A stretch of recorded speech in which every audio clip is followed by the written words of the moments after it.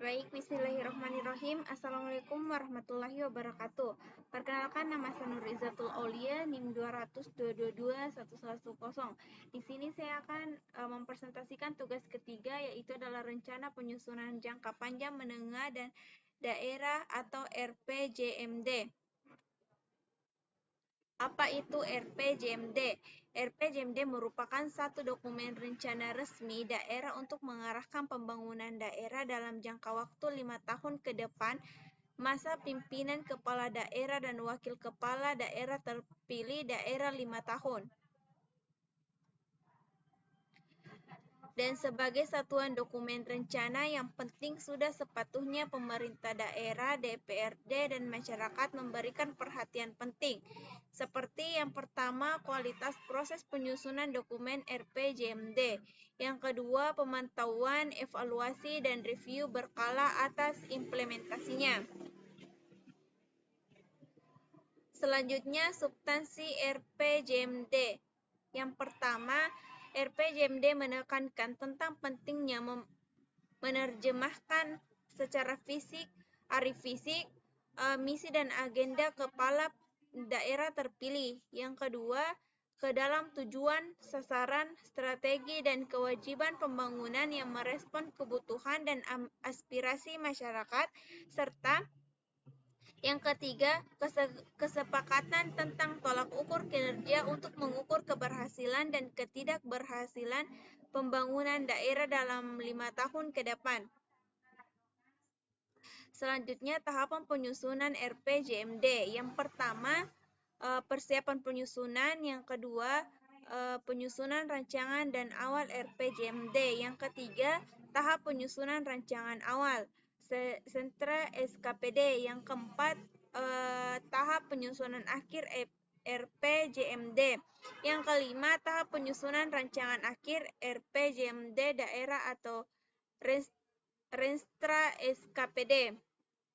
Selanjutnya yang keenam, penetapan perda atau perkasa tentang RPJMD. Selanjutnya persiapan penyusunan.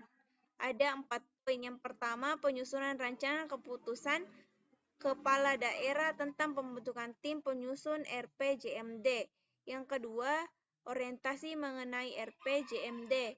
Yang ketiga, penyusunan agenda kerja tim penyusun RPJMD. Yang keempat, persiapan data dan informasi perencanaan pembangunan daerah. Selanjutnya, tim penyusun RPJMD. Susunan keanggotaan tim sekurang-kurangnya sebagai berikut. Yang pertama, penanggung jawab atau sekretaris daerah. Yang kedua, ketua tim atau kepala Papeda. Yang ketiga, wakil ketua, pejabat pengelolaan keuangan daerah. Yang keempat, sekretaris Bapenda. Yang kelima, kelompok kerja, yang dimana kepala SKPD sesuai dengan kebutuhan.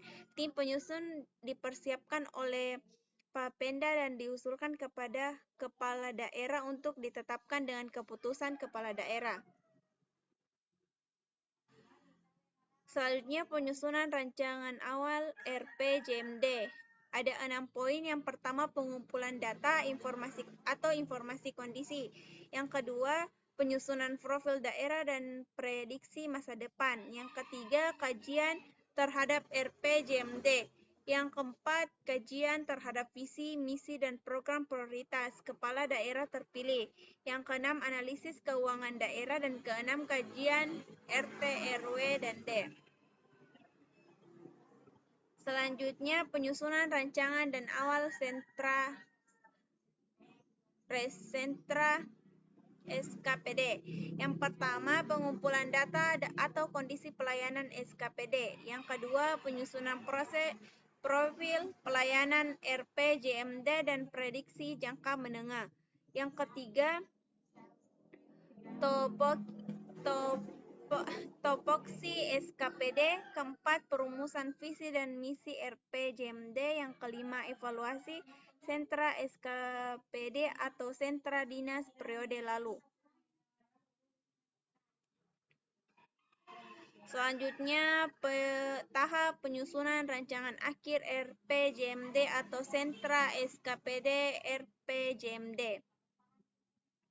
Ada 4 poin. Yang pertama, penyusunan rancangan akhir dokumen RPJMD daerah. Yang kedua, penyusunan naskah akademis Ranperda RPJMD. Yang ketiga, penyusunan rancangan akhir dokumen sentra SKPD. Dan keempat, penyusunan naskah akademis rancangan perka SKPD.